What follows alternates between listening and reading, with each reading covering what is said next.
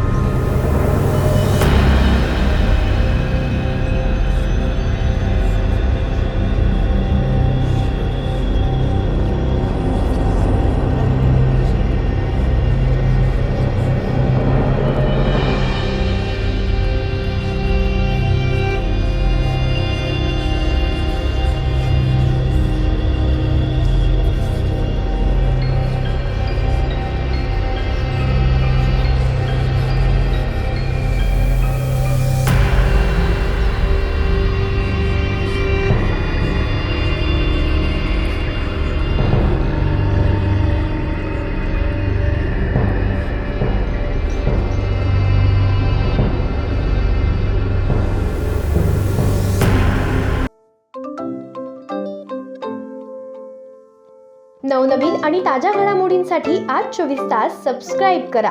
त्याचबरोबर बेल आयकॉनवर क्लिक करा आणि मिळवा आमच्या बातम्यांच्या नोटिफिकेशन्स। तसेच आज 24 तासची प्रत्येक बातमी आपल्याला कशी वाटली हे कळवा। लाईक करून, कमेंट करून आणि आमच्या बातम्या शेअर सुद्धा करा।